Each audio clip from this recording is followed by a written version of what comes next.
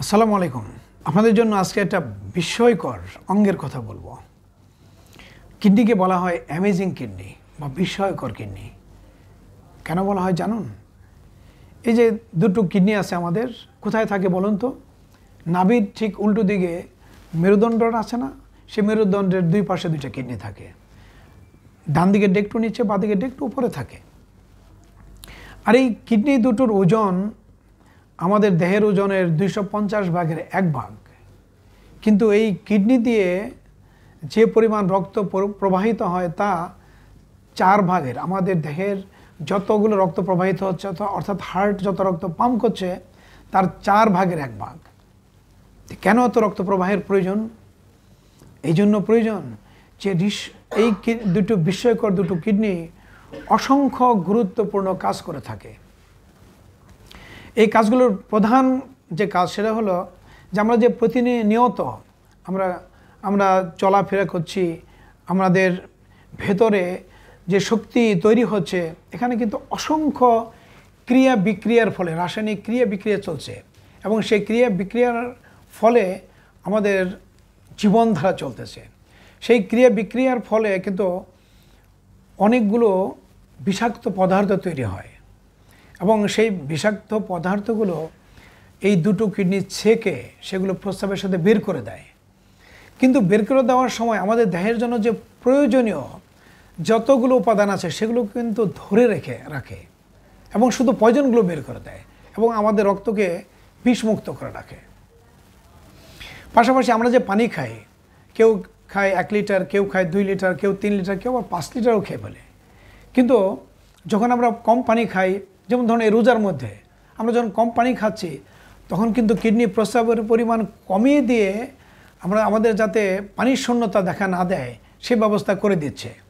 আবার যে যখনই ইফতারের পরে বেশি পানি খাচ্ছে অথবা যে খুব বেশি পানি খায়, সে অতিরিক্ত পানিগুলো প্রস্রাব আকারে বের করে দিয়ে আমাদের পানির সমতা রাখতেছে।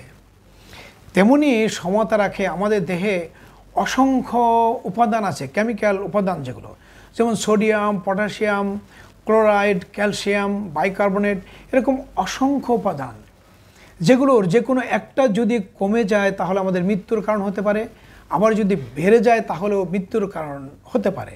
কিন্তু কিডনি কী করে? যদি উপাদান কম থাকে সে একদম প্রস্রাবের ওখান থেকে সেগুলোকে কিডনিতে তুলে নিয়ে আসে সমতা রক্ষা করে। আর যদি রক্তে সেটা অতিরিক্ত থাকে সেটা প্রস্রাবের সাথে বের করে দিয়ে সমতা রাখে। তো এইভাবে সমস্ত উপাদানের সমতা রক্ষা করে এই কিডনি, এবং সেই জন্য এই কিডনিকে বলা হয় মাস্টার কেমিস্ট। অর্থাৎ সে একদম বুঝতে পারে, তার এতগুলো সেন্সর আছে যে সেন্সর দিয়ে সে বুঝতে পারে যে কোনটা কমে যাচ্ছে, কোনটা বেড়ে যাচ্ছে এবং সে অনুযায়ী তাকে ধরে রাখতেছে, আবার বের করে দিচ্ছে। এটাও বিস্ময়কর কিডনি বলার আরেকটি কারণ। কিডনি কী করে?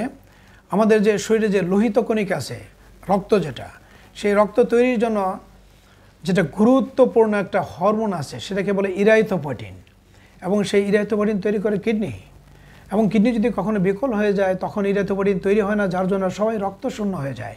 আমাদের কিনে সেই ইরাইথোপয়েটিন দিতে হয়, যার মূল্য প্রতি মাসে 12,000 থেকে কারো জন্য 15-20,000 টাকা শুধু ইনজেকশন দিতে হয় ইরাইথোপয়েটিনের।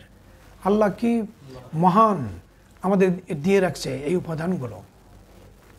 আমরা যে ভিটামিন ডি খাই, ভিটামিন ডিটা কিন্তু ইনঅ্যাক্টিভ। সেটা কিডনি কী করে? এটাকে অ্যাক্টিভ করে।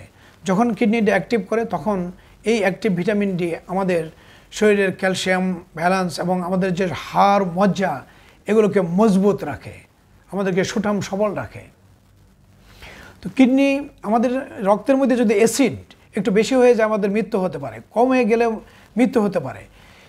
কিডনি কিন্তু মেপে এই অ্যাসিড যে ব্যালেন্স, অ্যাসিড এবং বাইকার্বনেট এই দুইটার ব্যালেন্স সে রক্ষা করে কঠোরভাবে, এবং কখনো কিডনি বিকল হলে এগুলো উল্টাপাল্টা হয়ে আমাদের মৃত্যু হতে পারে। তাছাড়া কিডনি আমাদের রক্তচাপ, এই রক্তচাপ যদি কমে যায় তাহলে আমরা শকে যাই, আমাদের মৃত্যু হয়। আবার যদি রক্তচাপ বেড়ে যায় তাহলে আমাদের স্ট্রোক করতে পারে, আমরা অন্ধ হয়ে যেতে পারি, আমাদের হার্ট অ্যাটাক হয়ে যেতে পারে, আমাদের কিডনি নষ্ট হতে পারে। অথচ এই কিডনি এই রক্তের সমতা আমাদের দেহের জন্য যা প্রয়োজন ঠিক ততটুকু করে মেনটেন করে। বিভিন্ন হরমোনের ক্রিয়া বিক্রিয়া এবং অ্যাকশনের মাধ্যমে এবং আমাদের শরীর থেকে লবণ ধরে রাখা অথবা বের করে দেওয়ার মাধ্যমে। এবং কিডনি কিন্তু একটা জটিল অঙ্গ, আমাদের হার্ট কিন্তু একটা মেকানিক্যাল অঙ্গ, এটাকে একটা পাম্পিং। যদি আমরা বাইরে নিয়ে যদি হার্ট বন্ধ করে দিয়ে পাম্প করি তাহলে দেখা যায় হার্ট চলতেছে, হার্টের কাজ করে দিতে পারে।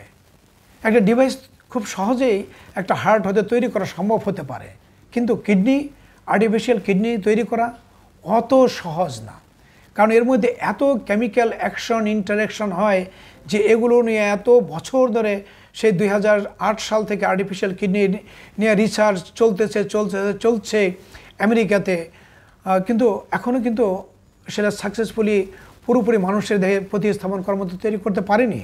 এখনও গবেষণা চলছে, হয়তো একদিন তৈরি হয়, আমরা সেটা আশা করতে পারি।